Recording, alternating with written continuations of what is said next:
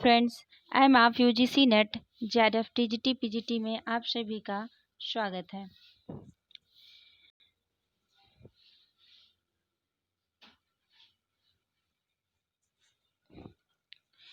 हम लोग अयोध्या सिंह उपाध्याय हरिऔध के पवन दूतिका चैप्टर को पढ़ रहे हैं, जिसमें हम लोगों ने इनकी चार पंक्तियों को पवन दूतिका के 4 पंक्तियों को हम लोग पढ़ चुके हैं। और आज की जो हमारी पंक्ति है वह 5वीं पंक्ति है। आज हम 5वीं पंक्ति को पढ़ेंगे। वीडियो को शुरू करने से पहले यदि आप हमारे चैनल पे नए हैं तो आप हमारे चैनल को सब्सक्राइब करें, लाइक करें, और यदि वीडियो पसंद आता है तो कमेंट करके वीडियो के एंड में हमें ज़रूर बताएं कि आपको हमारा ये वीडियो कैसा लगा, और अपने दोस्तों के साथ शेयर करें। तो चलिए वीडियो को शुरू करते हैं। यहाँ पर राधा जी ने पवन को दूतिका बना करके श्री कृष्ण के पास अपना संदेश भेजने के लिए उनको भेजा हुआ है, तो इसलिए उन्होंने उसे दूत बनाया और श्री कृष्ण के पास अपना संदेशा भेजती हैं। तो यहाँ इस लाइन में तो वो यही कहती हैं कि राधा जी जो है श्री कृष्ण के मथुरा चले जाने से अत्यधिक दुखी हैं। अत्यधिक दुख होने के कारण जब उन्हें भेजती हैं तो कहती हैं कि हे पवन दूतिका, इस पंक्ति में कहती हैं कि हे पवन दूतिका, जब तुम मथुरा के मंदिरों में जाओगे, यानी जब मथुरा के मार्ग में जो भी स्थल पड़ेंगे वह अत्यंत ही पावन होंगे, अत्यधिक पावन होंगे। तो उस सुंदरता को देख करके, वहाँ की जो सौंदर्य छवि रहेगी उसको देख करके उस पर मोहित तू मत हो जाना, तो मना करती हैं।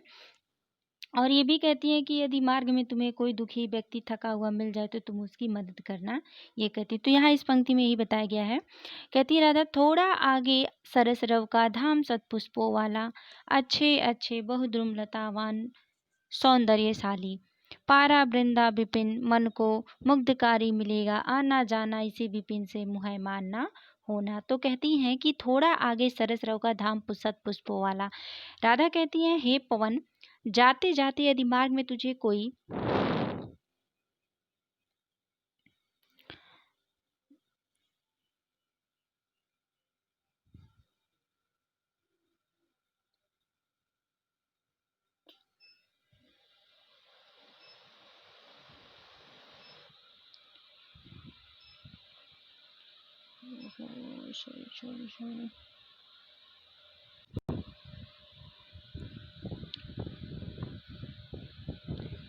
कहती है राधा ने पवन से कहा कि थोड़ा ही आगे जाने पर तुझे अत्यंत मनोरम वृंदावन मिलेगा, यानी जैसे ही तुम थोड़ा सा आगे जाओगी तो तुम्हें अत्यंत ही मनोरम वृंदावन मिलेगा।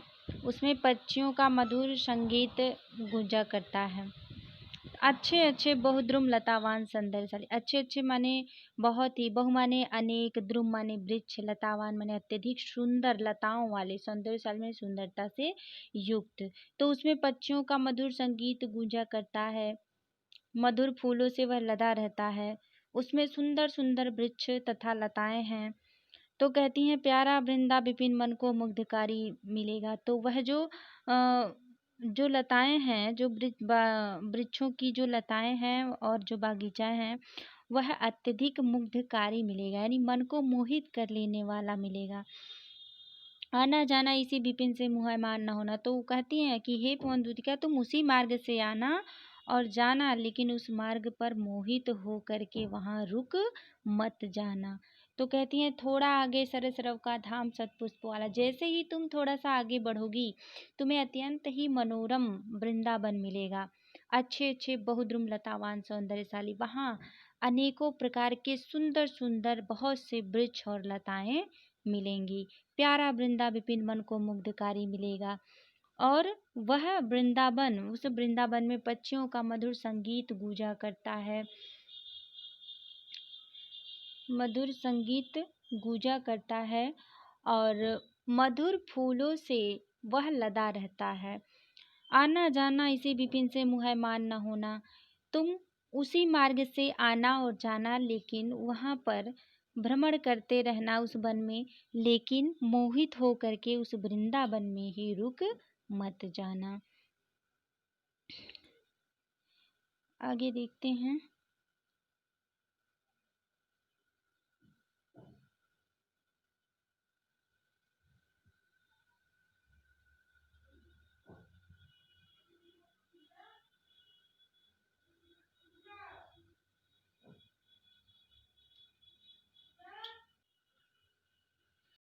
अगला है छठा, इसी में कहती हैं, जाते जाते अगर पथ में क्लांत कोई दिखावे तो जाके सन्निकट उसकी क्लांतियों को मिटाना, धीरे धीरे परस करके गात उत्ताप खोना, सदगंधों से श्रमित जन को हर्षितों सा बनाना।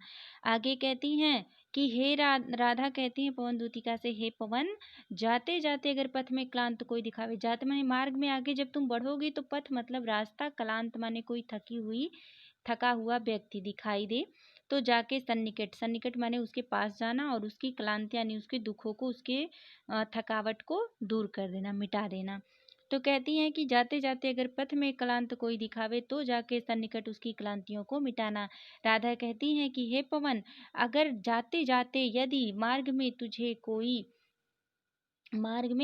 तुझे कोई दुखी व्यक्ति या थका हुआ व्यक्ति दिख जाए तो तुम उसके पास जाना, उसके निकट जाना और उसके समस्त दुखों को दूर कर देना। धीरे धीरे परस करके गात उत्ताप खोना, सदगंधों से श्रमित जन को हर्षितों सा बनाना।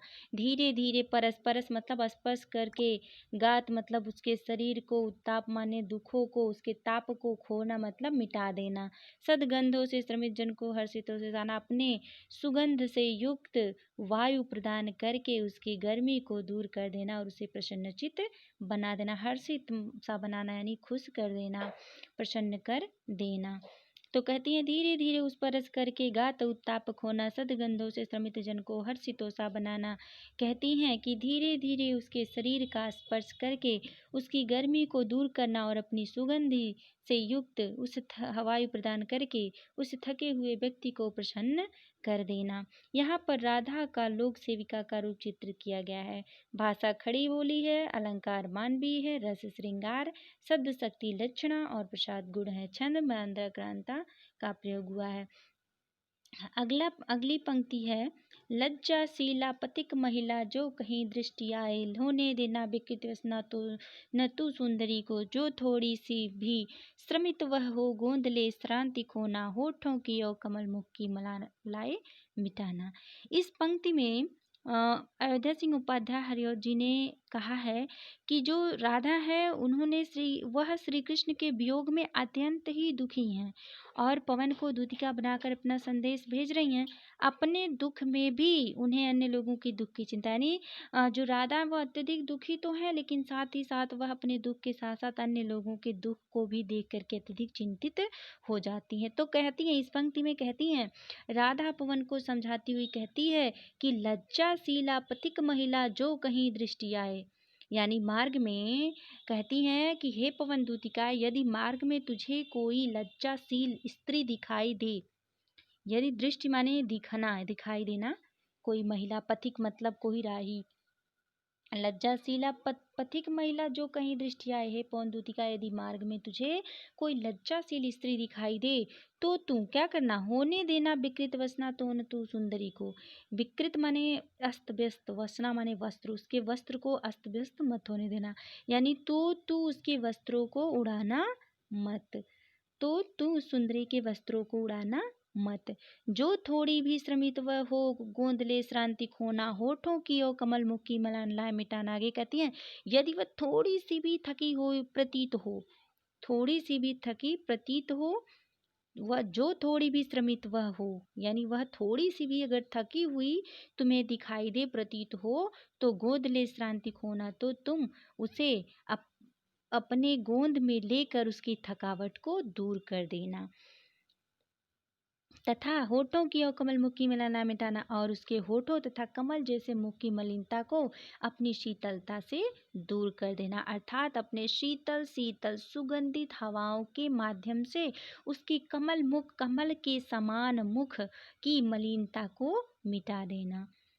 आगे है, कोई कलांता कृषक ललना, खेत में जो दिखाए, धीरे धीरे परस उसकी क्लांतियों को मिटाना।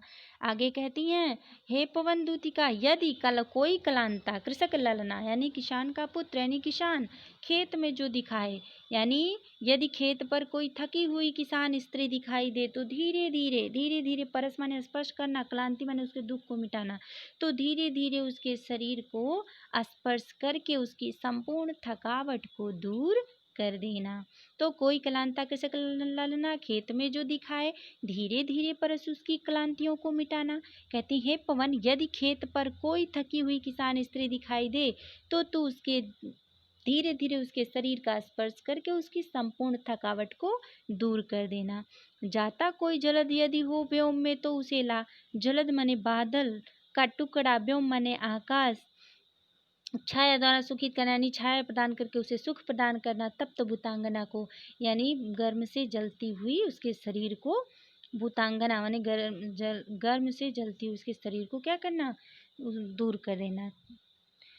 जाता कोई जलद यदि हो व्योम में तो उसे ला। कहती हैं कि यदि आकाश में कोई मेघ खंड जा रहा हो तो उसे उसके ऊपर लिया करके छाया कर देना और उस स्त्री की को शीतलता प्रदान करना। यहाँ हरिओत जी ने एक और राधा की विरह व्यथा का चित्रण किया है तो दूसरी ओर उन्होंने समाज की पीड़ा से व्याकुल दिखाया है। भाषा इसकी भी खड़ी बोली है। अलंकार मानवीकरण एवं उपमा दोनों है, क्योंकि यहाँ पर कृषक ललना दे तो यहाँ पर उपमा अलंकार भी है। श्रृंगार एवं वियोग का पक्ष है। शब्द शक्ति में लक्षणा शब्द शक्ति है, प्रसाद गुण है और मंदाक्रांता छंद है। आगे देखते हैं, अगला है 9वां। जाते जाते पहुँच मथुरा धाम में उत्सिका हो, न्यारी शोभा कर नगर की मुग्ध देखना। आगे कहती हैं कि इसमें राधा जी कहती हैं, पवन दूतिका को समझाती हैं, कहती हैं जब तू मथुरा मध्य पहुँचेगी यानी मथुरा धाम पहुँचेगी तो वहाँ के पवित्र मंदिरों को, भव्य शोभा को देखते हुए, मतलब उसको देखते ही मत रह जाना कि भूल जाना मैं जो कह रही हूँ, मेरा संदेशा मत देना। तो कहती हैं जाते जाते पहुँच मथुरा धाम में उत्सुका हो, यानी राधिका पवन दूतिका को समझाती है कि तेरे मार्ग में मथुरा नगरी भी पड़ेगी। जाते जाते पहुँच मथुरा धाम में उत्सुका हो यानी तेरे मार्ग में मथुरा नगरी भी पड़ेगी, तो तू जाते जाते उसकी शोभा देखना मत भूलना। यानी तुम जब जाना तो मार्ग में मथुरा नगरी भी पड़ेगी तो तुम उसकी शोभा को जरूर देखना। न्यारी शोभा वर नगर की देखना मुग्ध होना। जब तू मथुरा नगरी में पहुंच जाएगी तब वहां की भव्यता तुझे स्वयं ही उसे देखने के लिए उत्सुक बना देगी। यानी मथुरा धाम में उत्सुका हो, जैसे ही तुम वहां मथुरा नगर में पहुंचोगी वैसे ही वहां की भव्यता तुम्हें स्वयं ही अपनी तरफ आकर्षित कर लेगी, तुम खुद उसे देखने के लिए उत्सुक हो जाओगी। न्यारी शोभा वर नगर की देखना मुग्ध होना। तब तू अपनी नगरी को देखने की उत्सुकता दबाना मत, बल्कि उस नगरी की सर्वोत्तम और मनोमुग्धकारी शोभा को देख करके उस पर मुग्ध होना मत भूलना। यानी जब तुम उत्सुक हो जाओगी देखने के लिए उस नगर को तो उस नगर की सर्वोत्तम मनोमुग्धकारी शोभा को देख करके उस पर मुग्ध होना मत भूलना। तू होवेगी चकित लख के मेरु से मंदिरों को, होवेगी चकित माने आश्चर्य, आश्चर्य में पड़ जाना, लख माने देखना, लख माने देख के, मेरु माने मतलब मेरु पर्वत के समान ऊंचे ऊंचे मंदिरों को देख करके, आभा मतलब चमक वाले, आभा मतलब चमक वाले कलश के समान जिनके दूसरे अर्क हैं। अर्क मतलब होता है सूर्य, दूसरे मतलब दूसरे सूर्य के समान अत्यधिक चमक वाले हैं। तो कहते हैं तू होवेगी चकित लग के मेरु से मंदिरों को। तू जब वहाँ सूर्य के दूसरे सूर्य के समान, यहाँ हम नीचे से अर्थ लेंगे कि आभा वाले कलश जिनके दूसरे अर्क से हैं, तू जब वहाँ दूसरे सूर्य के समान चमकती आभा वाले कलशों से युक्त सुमेरु पर्वत जैसी विशाल और ऊंचे पर्वतों को देखेगी तब तेरे आश्चर्य का ठिकाना नहीं रहेगा, अर्थात तू आश्चर्यचकित हो जाएगी। अर्थात यहाँ से है जिनके दूसरे अर्क से हैं आभा वाले कलश, तू होवेगी चकित लग के मेरु से मंदिरों को। यानी जब तू वहाँ दूसरे सूर्य के समान चमकती हुई आभा वाले कलशों से युक्त सुमेरु पर्वत जैसे विशाल और ऊंचे पर्वतों को देखेगी तब तेरे आश्चर्य का ठिकाना नहीं रहेगा, अर्थात तू अत्यधिक आश्चर्यचकित हो जाएगी। आगे है देखे पूजा समय मथुरा मंदिरों मध्य जाना, नाना वाद्यों मधुर स्वर की मुग्धता को बढ़ाना। आगे कहती है पवन दूतिका तू मथुरा में थोड़ा ठहरना और पूजा के समय वहाँ के मंदिरों में जाकर वहाँ बजने वाले विभिन्न वाद्यों की मधुरता को अपने मधुर स्वर प्रदान करके उसकी मधुरता में वृद्धि करना। कहती हैं कि जब वहाँ पूजा के समय तुम थोड़ा मथुरा में ठहरना और जब पूजा होगी तो मथुरा के मंदिरों के मध्य तुम पहुँच जाना और वहाँ जा कर के नाना वाद्य यंत्रों, जो अनेक प्रकार के वाद्य यंत्र रखे हुए हैं जो बजेंगे, तो उनमें अपनी वायु को प्रदान करके, यानी मधुरता को, अपना मधुर स्वर प्रदान करके उसकी मधुरता में वृद्धि करना। अथवा तू वहाँ के मंदिर परिसरों में खड़े विविध प्रकार के वृक्षों से, यानी कीवा लेके रुचिर तरुके शब्दकारी फलों को धीरे धीरे मधुर रव से मुग्ध हो बजाना। तो वहाँ के मंदिर परिसरों में खड़े विविध प्रकार के वृक्षों में से अपनी पसंद के वृक्ष का चयन करके उसके फल, फूल, पत्ती अथवा तने से शब्द रूपी फल को ग्रहण करके धीरे धीरे बहते हुए मधुर ध्वनि के साथ मुग्ध होकर अपना राग अवश्य बजाना। अर्थात यहाँ पर फिर से पढ़ देती हूँ उसको, कि वहाँ लेके रुचिर तरु के शब्दकारी फलों को धीरे धीरे मधुर रव से मुग्ध हो बजाना। अथवा तुम क्या करना, तुम वहाँ के मंदिर परिसर में खड़े विविध प्रकार के वृक्षों में से अपनी पसंद के वृक्ष का चयन कर लेना और उसके फूल, फल, पत्ती अथवा तने से शब्द रूपी फलों को, शब्दकारी फलों है ना, शब्द रूपी फलों को ग्रहण करके धीरे धीरे बहते हुए मधुर ध्वनि के साथ मुग्ध होकर अपना राग अवश्य बजाना। यहाँ पर कवि ने मथुरा के मंदिरों की विशालता और भव्यता की ओर ध्यान आकर्षित करने में सफल हुआ है और यह बात भी स्पष्ट कर दी है कि मथुरा के मंदिरों में संगीत में पूजा का प्रचलन है, जिसमें नाना प्रकार के वाद्य यंत्रों का प्रयोग किया जाता है। संगीत की मधुरता वायु की गति पर अत्यधिक निर्भर करती है, इसलिए कवि ने राधा के मुख से कहलाया है कि तू संगीत के अनुकूल गति वाली होकर उसकी मधुरता में वृद्धि करना। बांस के तने के, पीपल, बरगद अथवा अशोक के पत्तों के बीच में गुजरती हुई अत्यधिक ध्वनि उत्पन्न करती है। भाषा खड़ी बोली है, शैली प्रबंधात्मक है, अलंकार उपमा और उत्प्रेक्षा दोनों है, रस शांत है, मंदाक्रांता छंद है, प्रसाद गुण है और अभिधा शब्द शक्ति है। अगला है, तू देखेगी जलद तन को जा वहीं तदगता हो, होंगे लौने नयन उनके ज्योति उत्कीर्णकारी, मुद्रा होगी वरवदन की भूति सी सौम्यता की, सीधे साधे वचन उनके सिक्त होंगे सुधा से।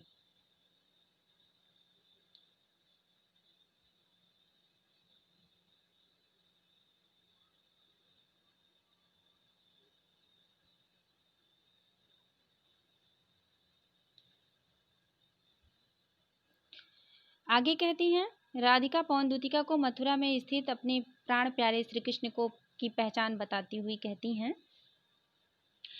कि तू देखेगी जलद तन को जा वहीं तदगता हो, यानी हे पौन दूतिका, मथुरा के वातावरण में स्वयं को ढालकर वैसी ही होकर तू वहां बादलों के समान काले वर्ण वाले श्री कृष्ण को देखेगी। तू देखेगी जलद, जलद माने बादल के समान, तन माने शरीर को, जा वहीं तदगता हो, यानी मथुरा के वातावरण में स्वयं को ढालकर स्वयं भी वैसे ही होकर तू वहां बादलों के समान काले वर्ण वाले, वर्ण माने रंग वाले, काले रंग वाले श्री कृष्ण को देखेगी। होंगे लोने नयन उनके ज्योति उत्कीर्णकारी, नयन माने नेत्र, ज्योति माने प्रकाश, उत्कीर्णकारी माने अत्यधिक बिखेर रहे होंगे। तो तू उनके सुंदर नेत्र तुझे प्रकाश बिखेरते हुए दिखाई देंगे। लोने नयन उनके जो होंगे ज्योति उत्कीर्णकारी, उनके सुंदर नेत्र तुझे प्रकाश बिखेरते हुए दिखाई देंगे। मुद्रा होगी वरवदन की मूर्ति सी सौम्यता की, सीधे साधे वचन उनके सिक्त होंगे सुधा से। सुधा से मतलब अमृत के समान, मूर्ति माने मूर्ति के समान, सौम्यता मतलब कोमलता, सीधे साधे वचन मतलब एकदम साधारण वचन। तो कहती हैं, उनके श्रेष्ठ मुख की भाव भंगिमा, मुद्रा होगी वरवदन की मूर्ति सी सौम्यता की, उनकी जो श्रेष्ठ मुख की भाव भंगिमा है तुझे किसी भव्य मूर्ति की सौम्य मुख मुद्रा के समान दिखाई देगी, यानी जो वो जिस मुद्रा में वो बैठे होंगे वह देख करके तुझे ऐसा लगेगा जैसे कोई भव्य मूर्ति हो, जो किसी भव्य मूर्ति की सौम्य मुख मुद्रा को तू देख रही है, यानी उनकी जो श्रेष्ठ मुख की भाव भंगिमा है तुझे किसी भव्य मूर्ति की सौम्य मुख मुद्रा के समान दिखाई देगी।